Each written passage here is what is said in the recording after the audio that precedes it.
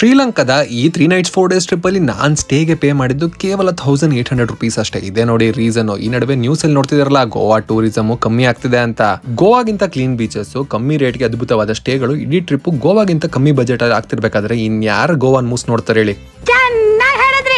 ಇಡೀ ಇಂಡಿಯಾದಲ್ಲಿ ಇಲ್ದಿರೋದು ಶ್ರೀಲಂಕಾದಲ್ಲಿದೆ, ಬನ್ನಿ ತೋರಿಸ್ತೀನಿ ಅಂದ್ರು. ಸರಿ ಅಂತ 1000 ರೂಪಾಯಿ ಕೊಟ್ಟು ಹೋದ್ರೆ ಪಾರ್ಟಿ ರಿವರ್ಸ್ ಆಗ್ಬಿಡದ. ಹೊಟ್ಟೆ ಎಷ್ಟು ಉರ್ಸ್ತಾವ್ರೋ ಆ ಭಗವತ್ನ ನೋಡಿದ್ರೆ.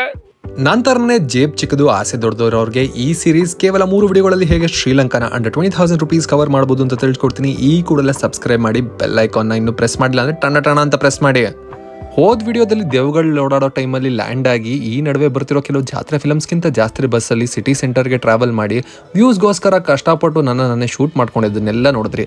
ಇದೀಗ ಮುಂದಿನ ಜರ್ನಿ ಇಲ್ಲಿನ ರೈಲ್ವೆ ಸ್ಟೇಷನ್ ಕೊಲಂಬೋ ಫೋರ್ಟ್ ನೋಡ್ತಿದ್ರೆ ಯಾವುದೋ ಒಳ್ಳೆ ಹಾರರ್ ಫಿಲಮ್ ಶೂಟ್ ಮಾಡಕ್ ಪರ್ಫೆಕ್ಟ್ ಜಾಗ ತರ ಇದೆ. ಬೇಜಾರಂದ್ರೆ ಇವರು ಟ್ರೈನ್ನ ನೀಟಾಗಿ ಅನೌನ್ಸ್ ಕೂಡ ಮಾಡೋದಿಲ್ಲ. ಟ್ರೈನ್ ಬರೋವರೆಗೂ ಮಲ್ಕೊಳ್ಳೋಣ ಅಂದ್ರೆ ಈ ಬೂತ್ ಬಂಗ್ಲಲ್ಲಿ ನಿದ್ದೆನೂ ಬರಲ್ಲ.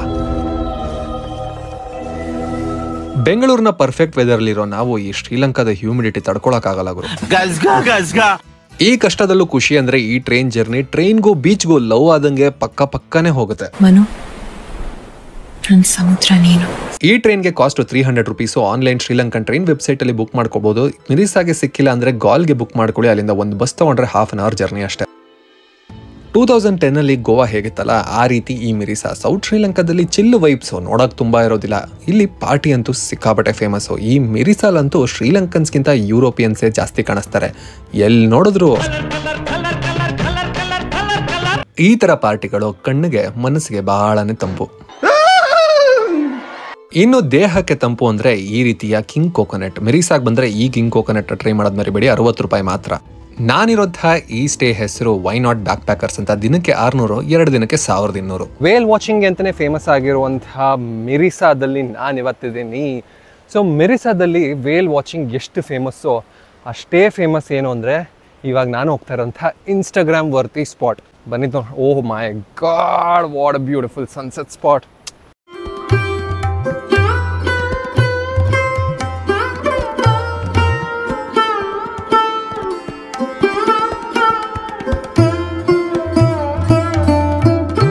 ಇದೇ ಕೋಕೋನಟ್ ಟ್ರೀ ಹಿಲ್. ನನ್ನ ಹಾಸ್ಟೆಲಿಂದ ವಾಕಬಲ್ ಡಿಸ್ಟೆನ್ಸ್ ಅಲ್ಲಿ ಇದೆ. ಇಲ್ಲಿ ಎಲ್ಲರೂ ಒಳಗಿನ ಫೋಟೋಗ್ರಾಫರ್ ಮುಸ್ತಫಾ ಹೊರಗೆ ಬರ್ತಾನೆ.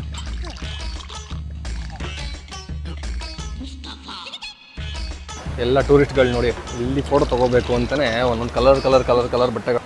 ಸೊ ಆ್ಯಕ್ಚುಲಿ ಸನ್ಸೆಟ್ ಈ ಕಡೆ ಆಗೋದ್ರಿಂದ ಲೈಟ್ ಹಿಂಗೆ ಬರ್ತದೆ, ಎಲ್ಲ ಹಿಂಗೆ ತೊಗೊಂಡು ಫೋಟೋ ತಗೋತಾರಲ್ಲ, ಸರಿ ಯಾವುದು ಬರ್ತಾ ಇಲ್ಲ.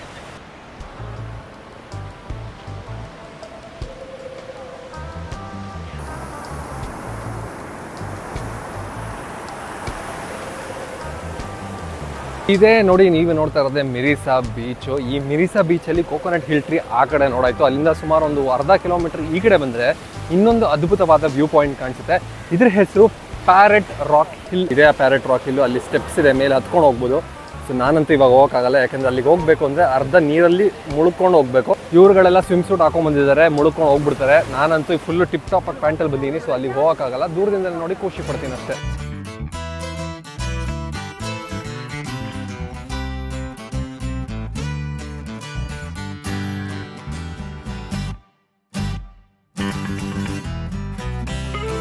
ಇದುವರೆಗೂ ನಾನು ನೋಡಿದ ಶ್ರೀಲಂಕಾದಲ್ಲಿ ಬರೋದೆಲ್ಲ ಉಲ್ಟಂಪಲ್ಟ. ಅಂದರೆ ಯಾವುದಕ್ಕೆ ಆ್ಯಕ್ಚುಲ್ ಆಗಿ ಬೆಲೆ ಕಮ್ಮಿ ಇರಬೇಕೋ ಅದು ಸಿಕ್ಕಾಪಟ್ಟೆ ಎಕ್ಸ್ಪೆನ್ಸಿವ್ ಆಗಿದೆ, ಯಾವುದಕ್ಕೆ ಆ್ಯಕ್ಚುಲ್ ಆಗಿ ಬೆಲೆ ಇರಬೇಕೋ ಅದು ಸಿಕ್ಕಾಪಟ್ಟೆ ಚೀಪ್ ಆಗಿದೆ. ರಾತ್ರಿ ಆದರೆ ಗುಂಡು ತುಂಡು ತಿನ್ನೋದಕ್ಕೆ ಬೀಚ್ ಮೇಲೆ ಏನು ಬ್ಯೂಟಿಫುಲ್ ಆಗಿ ರೆಡಿ ಮಾಡ್ತಾರೆ ನೋಡಿ. ಈ ಫಾರಿನರ್ಸ್ಗಳೆಲ್ಲ ಬೆಳಗ್ಗೆಲ್ಲ ಸರ್ಫಿಂಗ್ ಮಾಡ್ತಾರೆ, ಸಂಜೆ ಹೊತ್ತು ಈ ರೀತಿ ಬಂದು ಕೂತ್ಕೊಂಡು ಚಿಲ್ ಮಾಡ್ತಾರೆ. ಅಂತೂ ಮಿರಿಸಾಲಿ ಡೇ 1 ಅಂತೂ ಡೇ 2 ಒಳ್ಳೆ ಅಡ್ವೆಂಚರ್ ಇಂದ ಶುರು. ಮಿರಿಸಾದ ಗಲ್ಲಿಲೂ ವೇಲ್ ವಾಚಿಂಗ್ ಶಾಪ್ ಇರುತ್ತೆ. ನಿಮ್ಗೆ ಗೊತ್ತಿತ್ತಾ, ಇಡೀ ಜಗತ್ತಿನಲ್ಲಿ 1% ಕಮ್ಮಿ ಜನ ಇಡೀ ಲೈಫಲ್ಲಿ ವೇಲ್ನ ನೋಡ್ತಾರೆ. ಇದರ ಯೂಶುವಲ್ ಬೆಲೆ $40. ಆದರೆ ಶ್ರೀಲಂಕನ್ಸ್ಗೆ ಇಂಡಿಯನ್ಸ್ ಅಂದರೆ ಬಹಳ ಇಷ್ಟ. ನನಗೆ ಚೌಕಾಸಿ ಮಾಡಿ ಹಂಗೋ ಹಿಂಗೋ 3000 ರೂಪಾಯಿಗೆ ಒಪ್ಪಿಸ್ದೆ. ಇವರು ಟಿಕೆಟ್ ಬೈ ಮಾಡಬೇಕಾದ್ರೆ 100% ವೇಲ್ ಕಾಣಿಸುತ್ತೆ. ನೆಟ್ವರ್ಕ್ ಮಾರ್ಕೆಟಿಂಗ್ ಇಂದ ಜಾಸ್ತಿ ಬಿಲ್ಡಪ್ ಕೊಡ್ತಾರೆ. ದಿನ ವೇಲ್ ಜೊತೆ ಪಕಡೆ ಆಟ ಆಡೋ ಥರ, ಬ್ರೇಕ್ಫಾಸ್ಟ್ ಮಾಡೋ ಥರ ಬಿಲ್ಡಪ್ ಕೊಡ್ತಾರೆ. ಆದರೆ ಅಲ್ಲಿ ಹೋದ ಮೇಲೆ ಕಥೆನೇ ಬೇರೆ. ಈ ಟ್ರಿಪ್ಗೋಸ್ಕರ ಎಷ್ಟು ಎಕ್ಸೈಟೆಡ್ ಆಗಿದ್ದೆ ಅಂದರೆ ರಾತ್ರಿ ನಿದ್ದೆನೇ ಸರಿಗೆ ಬರಲಿಲ್ಲ. 5 ಗಂಟೆಗೆಲ್ಲ ಎದ್ದು ಕೂತ್ಕೊಂಡ್ಬಿಟ್ಟೆ. ಯಾಕಂದರೆ 6 ಗಂಟೆಗೆಲ್ಲ ಈ ಟ್ರಿಪ್ ಶುರುವಾಗೋಗುತ್ತೆ. ನಿಮ್ಮ ಹೋಟೆಲ್ನಿಂದ ಪಿಕಪ್ ಮಾಡಿ ಹಾರ್ಬರ್ಗೆ ಕರ್ಕೊಂಡು ಹೋಗ್ತಾರೆ. ನಾನು ಎಷ್ಟು ಎಕ್ಸೈಟೆಡ್ ಆಗಿದ್ದೆ ಅಂದರೆ ಇರೋ ಬರೋರಿಗೆಲ್ಲ ಮೆಸೇಜ್ ಮಾಡಿಬಿಟ್ಟಿದ್ದೆ, ಅಣ್ಣ ಇವತ್ತು ವೇಲ್ ಜೊತೆ ಡೇಟ್ಗೆ ಹೋಗ್ತಿದ್ದಾನೆ ಅಂತ.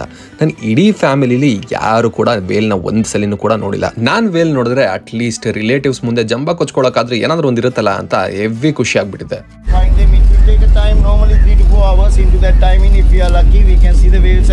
ಅಣ್ಣ, if you are lucky you will see the whales ಅಂದ. ಎಲ್ಲೋ ಮಿಸ್ ಹೊಡಿತಾ ಇದೆ, ಎಲ್ಲಿಂತ ಗೊತ್ತಾಗ್ತಾ ಇಲ್ಲ.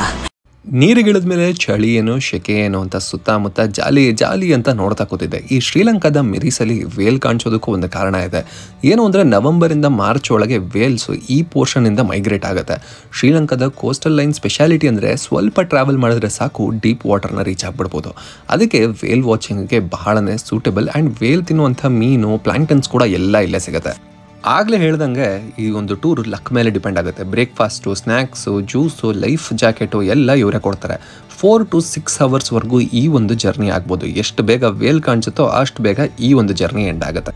ದೂರದವರೆಗೂ ಏನು ಕಾಣಿಸಲ್ಲ, ಖಾಲಿ ಸಮುದ್ರ, ಸುಡೋ ಬಿಸಿಲು. ಸಿ ಸಿಕ್ನೆಸ್ ಇದ್ದವ್ರಿಗೆ ಮಾತ್ರೆ ಕೊಡ್ತಾರೆ. ನಾನು ಹೋದಾಗ ಸಿ ಕಾಮ್ ಆಗಿತ್ತು. ಇಲ್ಲ ಅಂದಿದ್ರೆ ನಾನಂತೂ ನನ್ನ ಹದ್ದು ಕಣ್ಣು ಹಾಕೊಂಡು ಆ ಲೆಫ್ಟು ಆ ರೈಟು ಅಂತ ಎಲ್ಲಾ ಕಡೆ ವೇಲ್ ಹುಡುಕ್ತಾ ಇದ್ದೆ. ಬರ್ತಾ ಇಲ್ಲ 2 ಅವರ್ ಆದ್ರೂ ನಮ್ಮ ಯೋಗ್ಯತೆಗೆ ಒಂದೇ ಒಂದು ವೇಲ್ ಮರಿನೂ ಕಾಣಿಸ್ತಿಲ್ಲ. ಈ ರೇಂಜಿಗೆ ನಮ್ಮ ಲಕ್ ಓಡಿಸ್ಕೊಂಡಿದ್ಯಾ, ಅಷ್ಟು ಖರಾಬ್ ಆಗಿದ್ಯಾ ಅಂತ ಅವತ್ತೇ ಗೊತ್ತಾಗಿದ್ದು. ಈ ಸ್ಮಶಾನ ಮೌನನ ಖುಷಿ ಕನ್ವರ್ಟ್ ಮಾಡಿದ್ದು ಒಂದಿಷ್ಟು ಡಾಲ್ಫಿನ್ಗಳು. ಎಲ್ಲ ಎಕ್ಸೈಟ್ ಆದ್ರು. ಆದ್ರೆ ನಮ್ಮ ಇಂಡಿಯಾದಲ್ಲಿ ಡಾಲ್ಫಿನ್ಗೆ ಏನು ಕಮ್ಮಿನ. ಗೋಕರ್ಣ ಬೀಚಲ್ಲಿ 2 ನಿಮಿಷ ನಿಂತ್ಕೊಂಡ್ರೆ 100 ಕಾಣಿಸ್ತವೆ.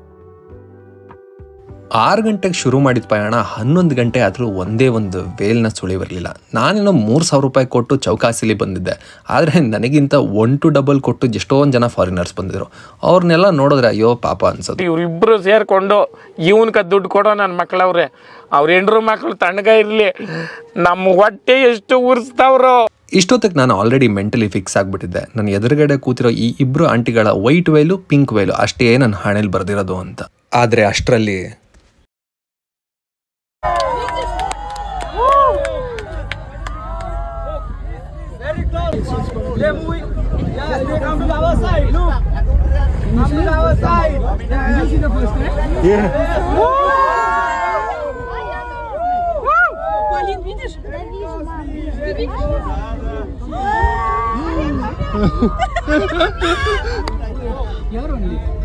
ಕೊನೆಗೂ ನಮ್ಮ ಲಕ್ ಸಾಥ್ ಕೊಡ್ತು. ಫಿನ್ ವೇಲ್ ಕಾಣಿಸೇ ಬಿಡ್ತು. ಪ್ರಪಂಚದಲ್ಲಿ 1% ಜನ ವೇಲ್ನ ನೋಡಿದಾರಲ್ಲ, ಆ 1%ಅಲ್ಲಿ ಇವಾಗ ನಾನು ಕೂಡ ಒಬ್ಬ. ನಮ್ಮ ಡ್ರೈವರು ಗುಂಗ್ರಣ್ಣಂಗೆ ಥ್ಯಾಂಕ್ ಯು ಸೋ ಮಚ್ ಅಂತ ಹೇಳ್ತಾ ಕೋಸ್ಟಲ್ ಲೈನ್ ಕಡೆ ನಮ್ಮ ಪಯಣ ವಾಪಸ್ ಶುರುವಾಯಿತು. ಇಲ್ಲಿವರೆಗಿನ ಒಟ್ಟು ಖರ್ಚನ್ನ ನೋಡೋಣ. ಇದರ ಪಾರ್ಟ್ 1 ನೋಡಿಲ್ಲ ಅಂದರೆ ಈ ಕೂಡಲೇ ನೋಡಿ. ಪಾರ್ಟ್ 1ಅಲ್ಲಿ 12,350 ರೂಪೀಸ್ ಖರ್ಚಾಗಿತ್ತು. ಕೊಲಂಬೋಯಿಂದ ಮಿರಿಸಾಗೆ 300 ರೂಪೀಸ್ ಸ್ಟೇ 2 ದಿನಕ್ಕೆ 1,200 rupees. Food per day 500 rupees ಸಾಕು. ಸೊ 2 ದಿನಕ್ಕೆ 1,000 ರೂಪಾಯಿ. ಇನ್ನು ಈ ವೇಲ್ ವಾಚಿಂಗ್ಗೆ 3,000 ರೂಪಾಯಿ. ಇದರ ಟೋಟಲ್ ಖರ್ಚು 17,250 ರೂಪೀಸ್. ಈ ಜರ್ನಿ ಇನ್ನೂ ಮುಗ್ದಿಲ್ಲಪ್ಪ. ಇನ್ನು ಕೊನೆ ಭಾಗ ಇದೆ. ಕೊನೆ ಭಾಗದಲ್ಲೂ ಸಾಕಷ್ಟು ಅಡ್ವೆಂಚರ್ ಹಾಗೂ ಎಕ್ಸ್ಪ್ಲೋರೇಷನ್ ಇರುತ್ತೆ. ಸೊ ಪಾರ್ಟ್ 3 ಅಲ್ಲಿ ನಿಮ್ಮನ್ನ ಭೇಟಿ ಮಾಡ್ತೀನಿ. ಅಲ್ಲಿವರೆಗೂ ಟೇಕ್ ಕೇರ್, ಬಾಯ್.